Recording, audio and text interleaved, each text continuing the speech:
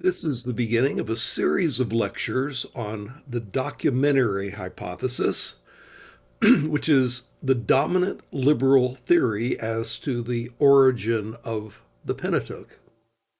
And my name is Dr. Joe Sprinkle. The documentary hypothesis is most associated with this gentleman, Julius Wellhausen, who came up with the theory in 1878. He argued that the Pentateuch was a composite work, that there were three narratives of Israel's history, which he labeled J and E and P, and they were contradictory in many points. But these three were woven together and combined with legal materials, such as Source D, to form the Pentateuch. Now, this theory has been enormously influential in academic scholarship. By the mid-20th century, it was the predominant theory in the academy, both in liberal Protestant, Jewish, and Catholic institutions. Indeed, Gressman in 1924 put it this way: anyone who does not accept the division of the text according to the sources and the results flowing therefrom has to discharge the onus, if he wishes to be considered a collaborator in our scientific work, of proving that all research done until now was futile. Again, the four sources, J, E, D, and P. J is the Yahwist Source. Yahweh spelled with a J because Wellhausen was German, and in German they pronounce J as if it's English Y. And then E is the Elohist Source. D is the Deuteronomist Source, which is primarily the book of Deuteronomy. And P are priestly writings. And those are the four main sources of the Pentateuch according to the Graf-Wellhausen documentary hypothesis. So let's talk about these sources and what they stand for. J stands for Yahweh, or spelled with a J. The author is called the Yahwist, and he prefers using Yahweh as his name for God. The Yahwist Source, according to the theory, dates to roughly 850 to 950 BC, shortly after the start of the monarchy. And the Yahwist Source in Wellhausen's hypothesis was a Judean source. That's the story they were telling in Judah. And this source begins in Genesis 2 and verse 4, when it speaks of Yahweh for the first time. And it was incorporated into various parts of Genesis through the book of Numbers. But then there's the J source, or the Yahwist source. J is a little more primitive. It likes to use anthropomorphic language, describing God using human type terms. So in J, in Genesis 2, you have God walking through the Garden of Eden, almost as if he's a human. Same thing that's in Genesis 2 and 3. Shows very little interest in sacrifice and ritual. The motive of J was to arrange in chronological sequence the story of Israel and to give theological interpretation of Israel's national traditions. And then the source E. E stands for the Elohim, which is one of the terms for God. And the author is called the Elohist. And he refers to Elohim. He prefers Elohim to Yahweh when he tells his story. So he doesn't refer to Yahweh, he refers to Elohim, God. The Elohist Source dates from, roughly 750 to 850 BC, a little later than the J source. And he was a Northern Kingdom or Ephraimite source. E can stand both for Elohim and also for Ephraim. Before the fall of the kingdom in 722 is when he writes. And then what happens is that someone comes along, an anonymous redactor, we'll call him Redactor JE, and he combined J and E into a single new narrative document, JE. So you start with the Yahwist, and then you had another story, the Elohist, and the redactor comes together and intertwines them and makes one new narrative, JE. That's the theory. And the motive for this redaction, well, Redactor JE sought to preserve the traditions of the Northern Kingdom, the Elohist source, the E source, because the Northern Kingdom was destroyed in 722 BC and was large parts of the population was deported. And so to preserve the northern traditions, he combined those northern traditions with that of the south to form the new document JE. But then later on comes the source D. D stands for Deuteronomy. Most of the book of Deuteronomy is regarded as from the D source, according to this theory. And the author is called the Deuteronomist. He may have also written the Deuteronomistic history, the books of Joshua, Judges, Samuel, and Kings. D is a legal document, not a narrative source, so it's different in character and genre than J, E, and P. J, E, and P are telling the story of Israel at the time of Moses and before, whereas D is only law tradition. But D knew of the traditions of JE. It was not immediately incorporated into JE. Now, the date of D is shortly before 621 BC. Now, the theory is going to argue that the book of Deuteronomy, the book of the law, found in the temple in 621 BC, according to 2 Kings 22 at the time of Josiah, that book of the law found there was actually Deuteronomy, and that Deuteronomy was actually written shortly before that. The character of the source, it emphasizes the place that the Lord your God chooses, which is Jerusalem, Deuteronomy 12. Deuteronomy inspired Josiah's reforms. So as a result of finding this book of the law and presenting it to Josiah, Josiah moved on to put down the worship in the high places, and he centralized the worship in Jerusalem, and opposed to the earlier time where the patriarchs worshiped God in various places, now only in Jerusalem would be the acceptable place to do the sacrificial worship.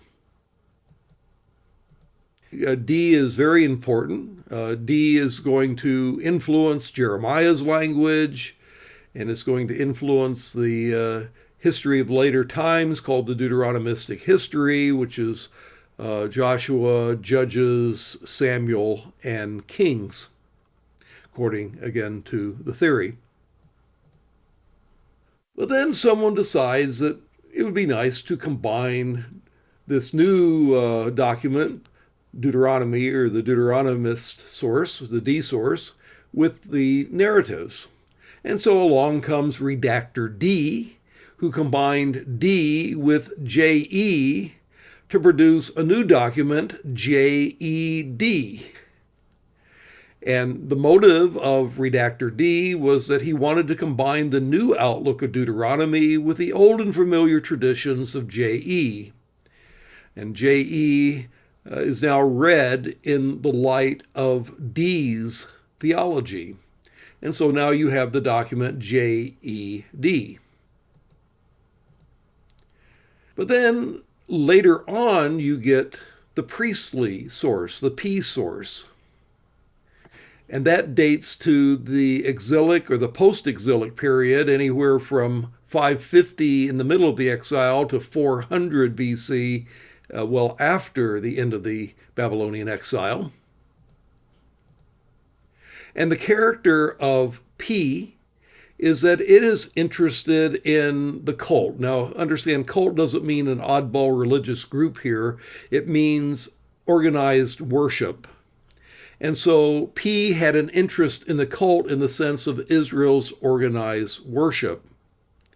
And it reflects the interests of the priests, the sacrifices, the building of the tabernacle, the festivals, the rituals. Those are cultic activities, and that's what P is primarily interested in.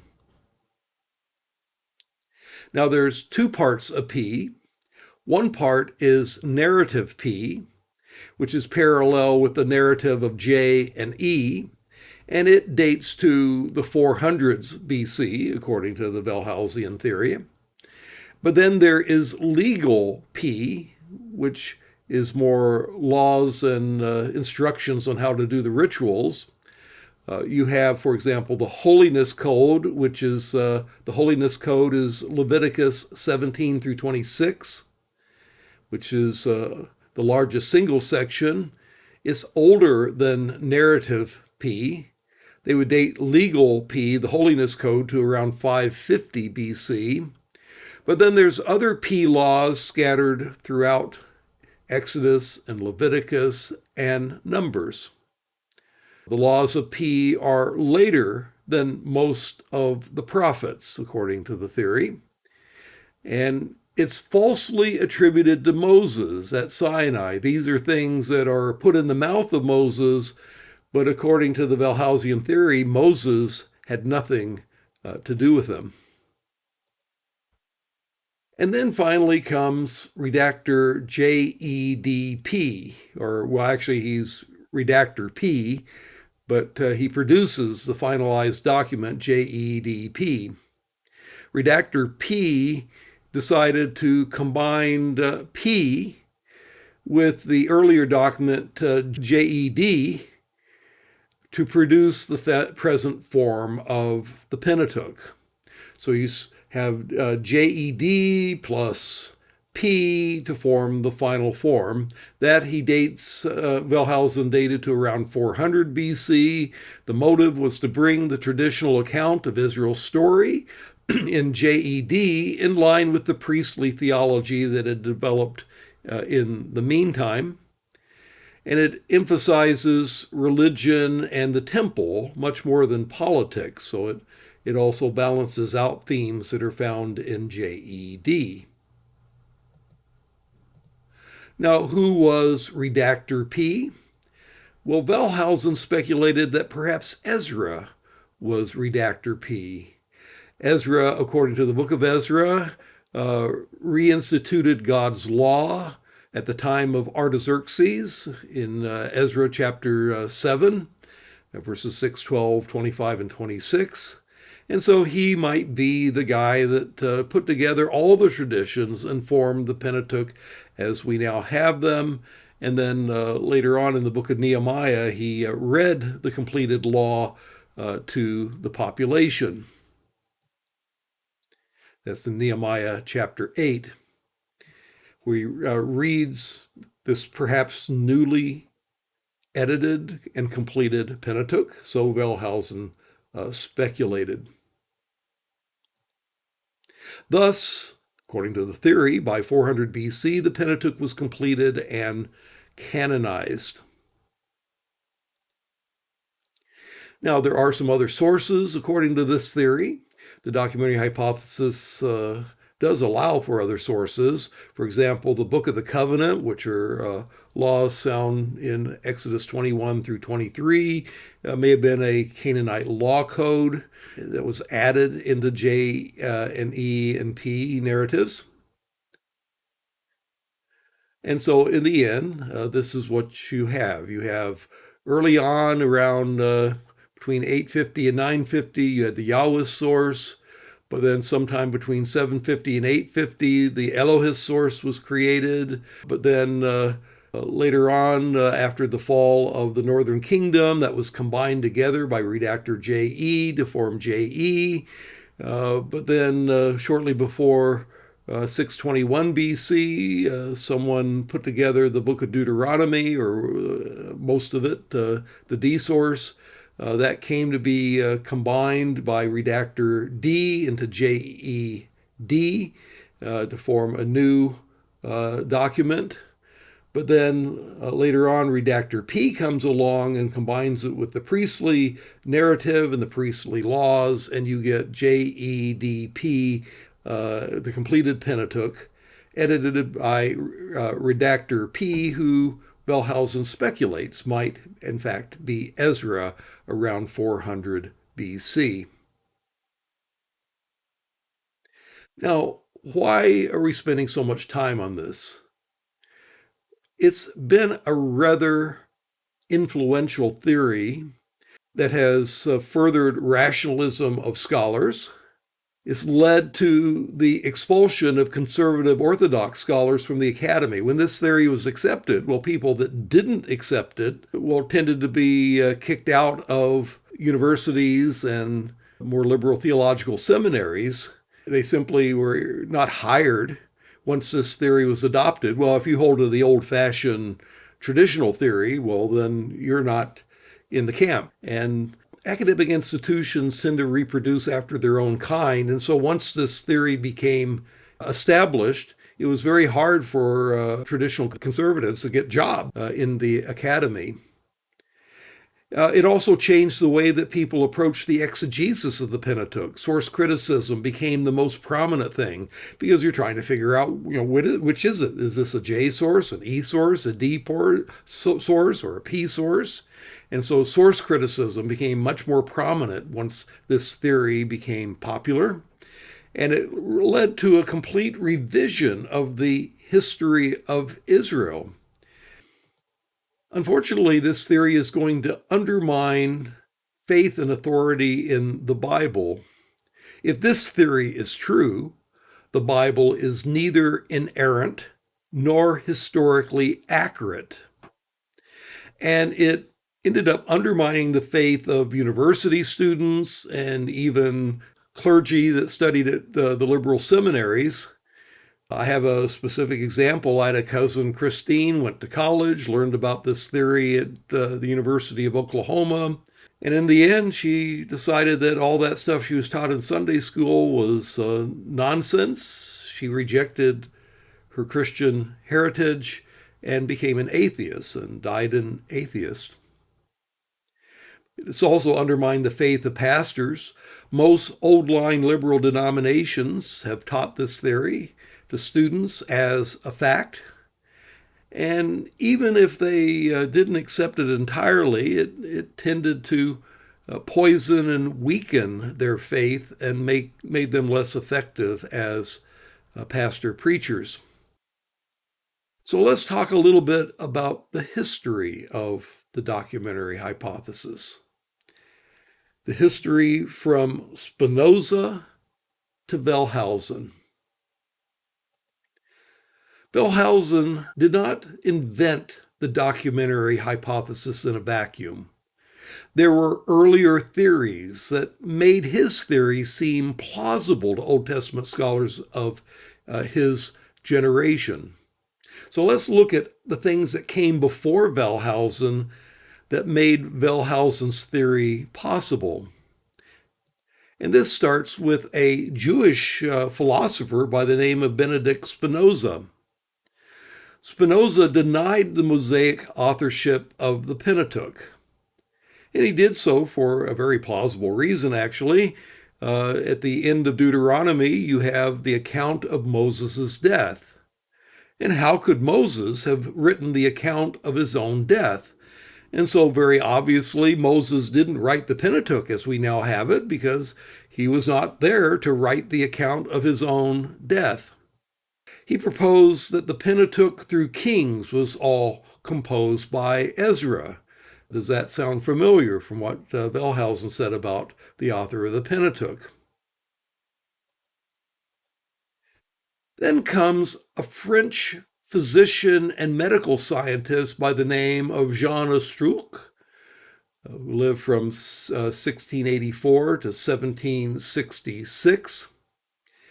He wrote a book in 1753 where he tried to explain why some parts of Genesis talk about Yahweh and other parts of Genesis talk about Elohim. I mentioned that he was a French physician and medical scientist. He's actually famous for some of his medical theories. But on the side, he was a biblical scholar as kind of a part-time hobby, as it were.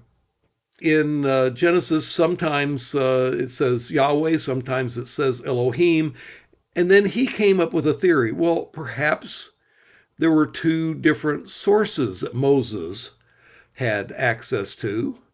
One of the sources that Moses consulted referred to God as Yahweh, whereas another source that Moses had referred to God as Elohim.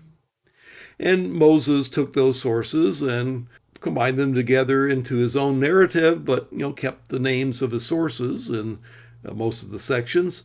And therefore, Yahweh is one source and Elohim is another source. This is the first time that this hypothesis was suggested, and therefore Astruc is sometimes called the father of source criticism. He was the first one to propose a theory of different sources in Genesis.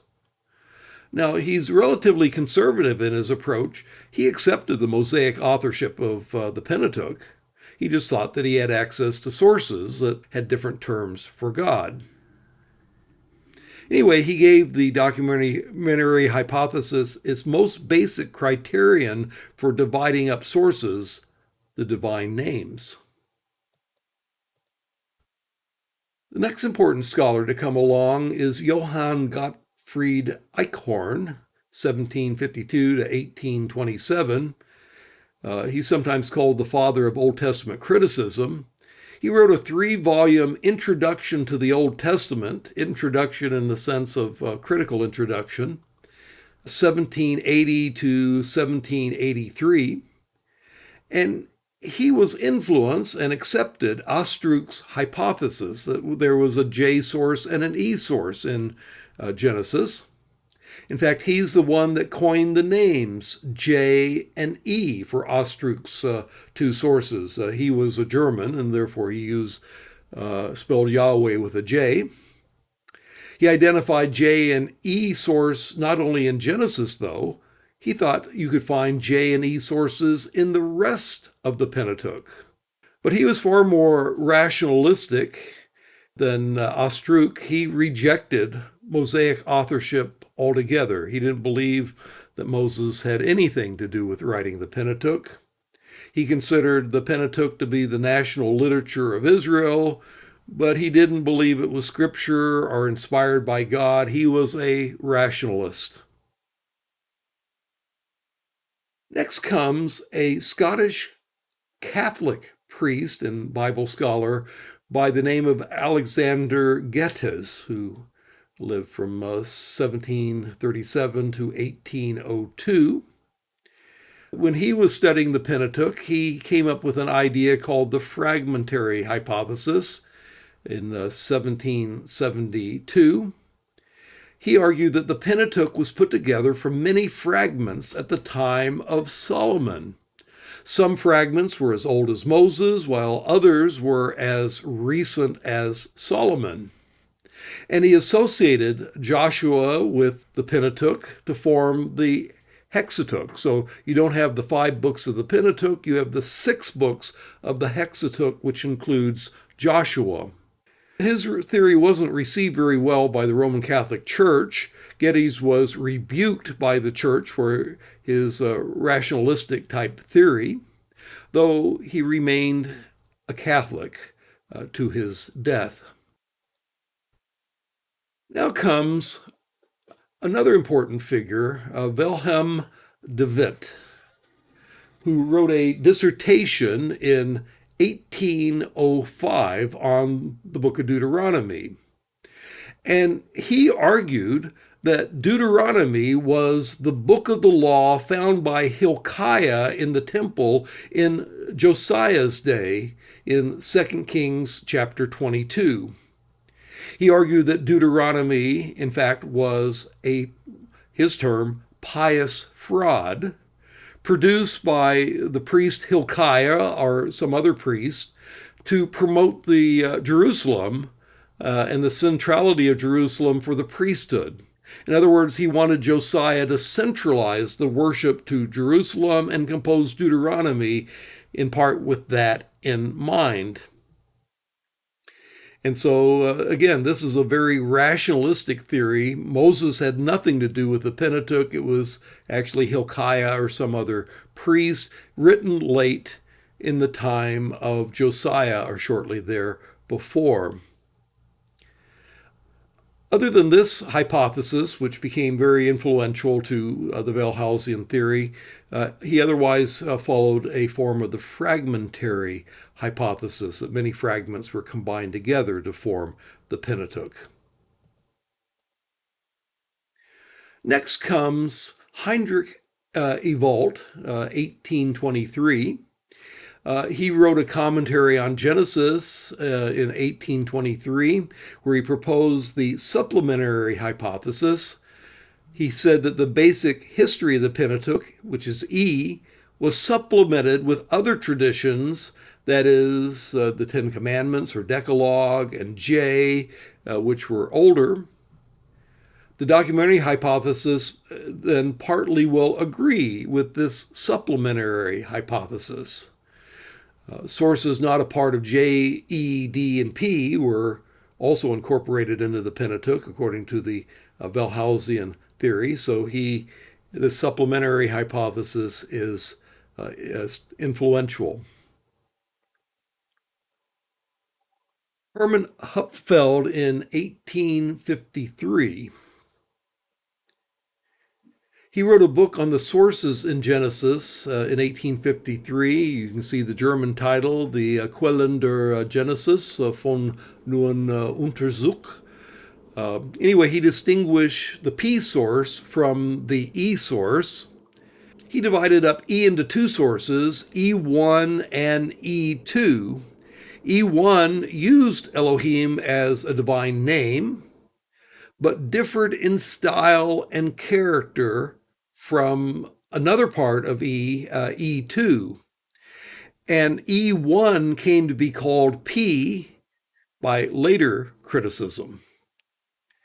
As for the dates of his sources, he dated E1, which later was called P, first, and then he dated E2 second, and then he thought that J was third and D came last. So he had a PEJD ordering of the Pentateuch in his theory.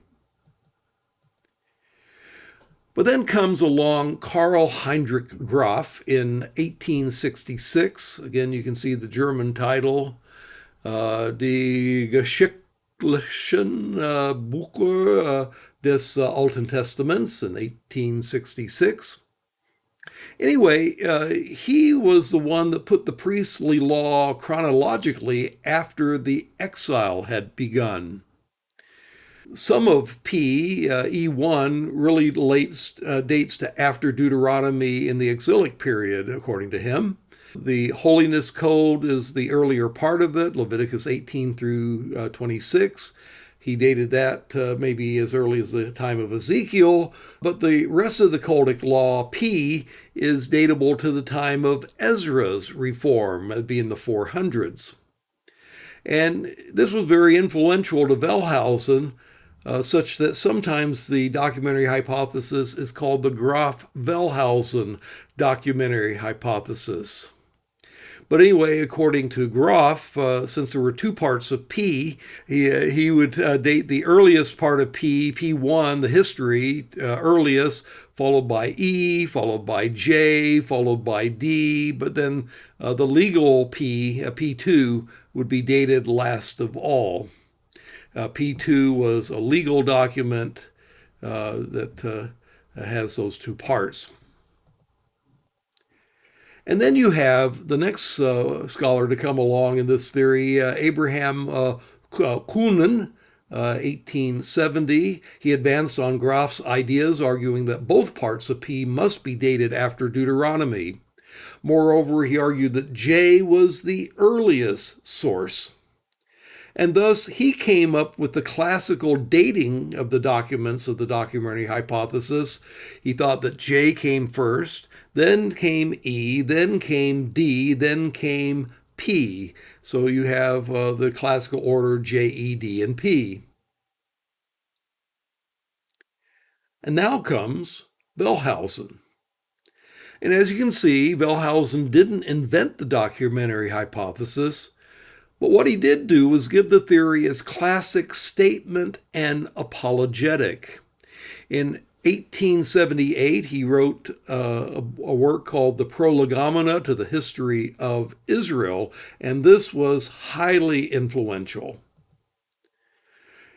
His main thesis in the Prolegomena to the History of Israel was that the Mosaic history is not the starting point for the history of ancient Israel, but for the history of Judaism.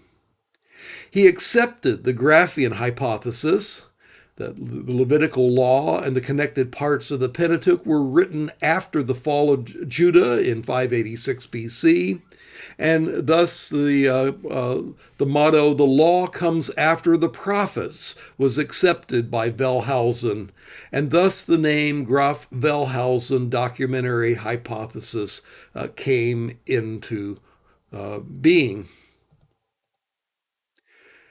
Now, Wellhausen himself acknowledges his debt that he had to Graf. He writes this: At last, in the course of a casual visit in Göttingen in the summer of 1867, I learned through Reichel that Karl Heinrich Graf placed the law later than the prophets. And almost without knowing the reasons for the hypothesis, I was prepared to accept it.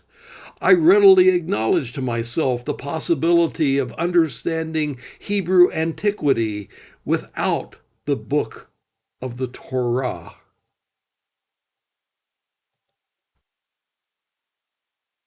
And so this is how the theory JEDP, the documentary hypothesis, was put together. It was a culmination of over a century of Enlightenment rationalist thinking.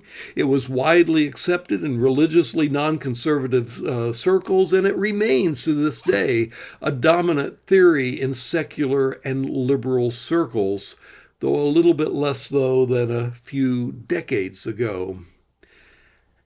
And since this has been so pernicious in its influence, we're going to spend the next lectures talking about how they defended it, and then a conservative response to this theory.